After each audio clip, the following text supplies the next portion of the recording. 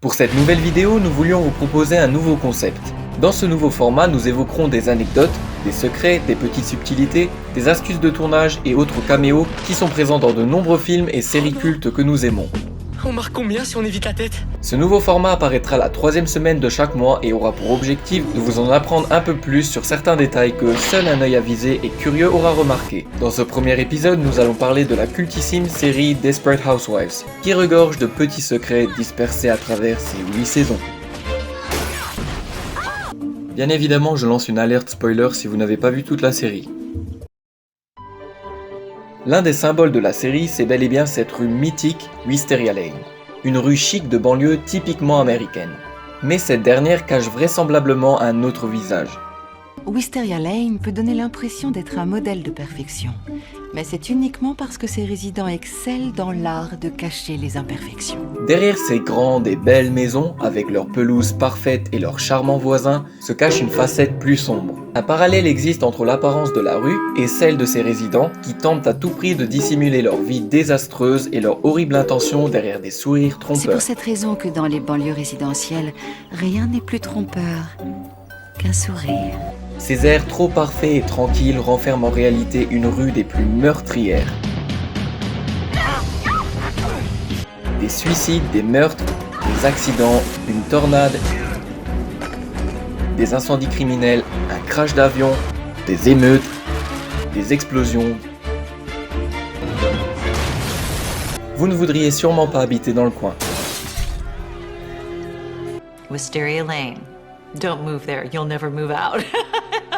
Prenez par exemple Dave Williams, charmant et souriant, mais qui s'était marié à Eddie Britt seulement pour se rapprocher de celui qui a tué sa femme et sa fille dans un accident, avec comme seul but, se venger. Pourquoi tu t'es marié avec moi? Je me suis marié avec toi parce que je t'aime. Faux! Tu t'es marié avec moi parce qu'il te fallait une couverture pour être près de l'homme qui a tué ta famille. On ne le répète jamais assez, mais prenez garde aux apparences. Encore à propos de cette rue, saviez-vous que les maisons ne sont en réalité que de simples façades? Une rue de tournage dans le parc des studios Universal. En effet, les scènes d'intérieur sont tournées en studio car certaines maisons ne sont même pas finies. Même si la maison de Gabi ou d'Eddie ont en effet de vrais salons, d'où l'on peut apercevoir les voitures passer dans certaines scènes, d'autres comme la maison de Lynette n'a rien de vrai.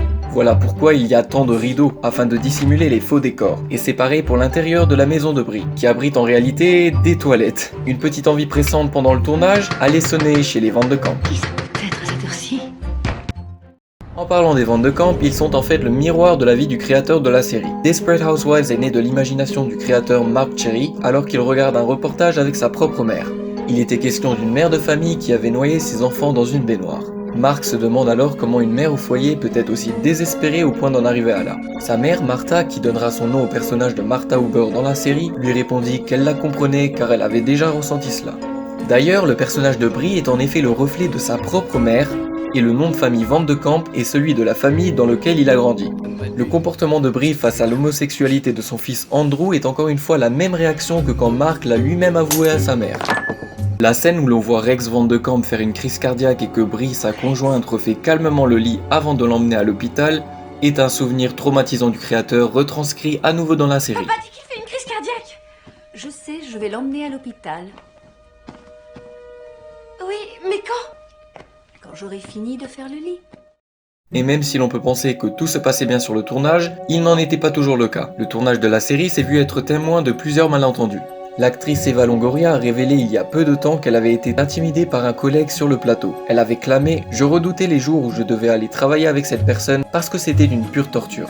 Elle était, selon ses dires, défendue par l'actrice Felicity Huffman. Une autre anecdote croustillante à propos du tournage se trouvait entre la relation entre Terry Hatcher, qui jouait Suzanne, et Nicolette Sheridan, qui jouait Eddie. Elles nous ont déjà beaucoup fait rire dans la série car elles ne pouvaient pas se supporter. Il me semble qu'on a fait le tour, tu peux rentrer chez toi maintenant. Oh, mais non, c'est vrai. Tu n'as plus de chez toi. Mais cette relation était encore pire dans la vraie vie. Sheridan avait d'ailleurs poursuivi Mark Cherry en justice pour licenciement abusif. Ce dernier a témoigné disant qu'il avait dû intervenir pour mettre fin à une bagarre entre elle et Hatcher. Je te dis pas comme elles vont se battre pour te faire la fête en tôle. Il a également déclaré que Sheridan avait qualifié Hatcher de femme la plus méchante du monde. Vous êtes les êtres humains les plus odieux et les plus minables que j'ai jamais rencontrés. Encore une scène digne de la Vous série. avez quelque chose à ajouter? Comme quoi, rien n'a jamais été rose à Wisteria Lane, ou en dehors. Après tout, c'est pas mal. Tout comme pendant la scène de la mort de Mike, qui était d'ailleurs sous notre nez depuis le début. Ceux qui ont regardé la série Desperate Housewives ont été marqués par la mort soudaine de Mike Delfino, seulement quelques épisodes avant la fin de la série. Mort devant sa maison, auprès de sa femme, avec une scène touchante. Tu me demandes si tu sais vraiment à quel point je t'aime. Mais saviez-vous que cette mort était prévisible depuis la première saison? Souvenez-vous de l'épisode où Zach Young prend Suzanne en otage, afin d'attendre Mike et de le tuer. C'est une phrase prononcée par Mary Alice, la fameuse voix off de la série, qui aurait dû nous mettre la puce à l'oreille. La vie est ainsi faite.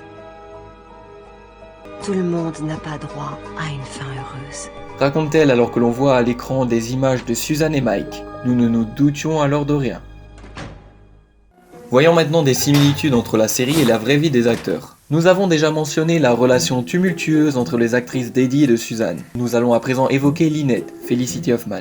Vous souvenez-vous de cet épisode de la saison 3 où Lynette est vraiment désemparée car son fils est très mauvais au baseball? Mais non, Parker, t'y arriveras que si t'ouvres les yeux bien grands. Comment veux-tu toucher la balle en faisant ça? Elle tentera de l'entraîner de diverses manières mais en vain. Lynette, déteste ça. Il est pas doué, t'as dû le constater. Oui, mais c'est pas la question. Il se verra alors renvoyé de l'équipe. Lynette va alors voir l'entraîneur lui suppliant de lui laisser une seconde chance. Celui-ci lui propose alors un tout autre marché. On n'a pas les moyens de se payer de nouveaux casques. Vous m'incitez à vous corrompre? Vous prétendez être au-dessus de ça? Je vais chercher mon chéquier. Lynette accepte et doit donc payer afin que son fils soit repris. 7 ans après la fin de la série, l'actrice se verra au cœur d'un scandale qui fera le tour du monde. Comme dans la série, elle a été reconnue coupable d'avoir versé des pots de vin afin que sa fille obtienne une place dans une prestigieuse université. Selon les médias, elle aurait versé près de 15 000 $ afin de falsifier les tests d'entrée. En octobre 2019, elle a été condamnée à une peine de prison et a écopé d'une amende de 30 000 $. D'autres similarités entre la série et la vraie vie ont été remarquées. Le personnage de Karen McCluskey dans le dernier épisode de la série meurt de son cancer. Une scène vraiment triste mais qui l'est d'autant plus quand on sait qu'après le tournage de cette scène en avril 2012, l'actrice Catherine Houston décédera également d'un cancer. Elle savait que sa vie touchait à sa fin. Dans la série, Lynette avait elle aussi un cancer mais y a survécu. Malheureusement, sa doubleuse française Caroline Beaune est décédée en 2014 d'un cancer. Nous pouvons également citer l'excellente voix française d'Eva Longoria qui est également décédée en mars dernier. Alors si Felicity Huffman n'avait pas de réel cancer dans la vraie vie, c'est par contre l'actrice Marcia Cross qui s'est vue détecter un cancer en 2019.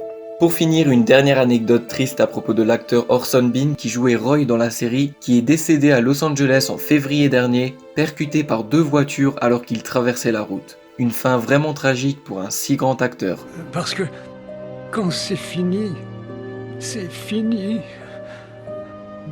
Alors, qu'avez-vous pensé de ces anecdotes sur les femmes au foyer les plus connues des États-Unis? Dites-nous en commentaire si ce nouveau concept vous plaît et sur quelles autres séries ou films vous voudriez avoir des anecdotes. Si vous voulez m'intimider, il va falloir trouver mieux que ça. Alors écoute, espèce de sale petite garce. Fais gaffe si tu ouvres les hostilités contre moi.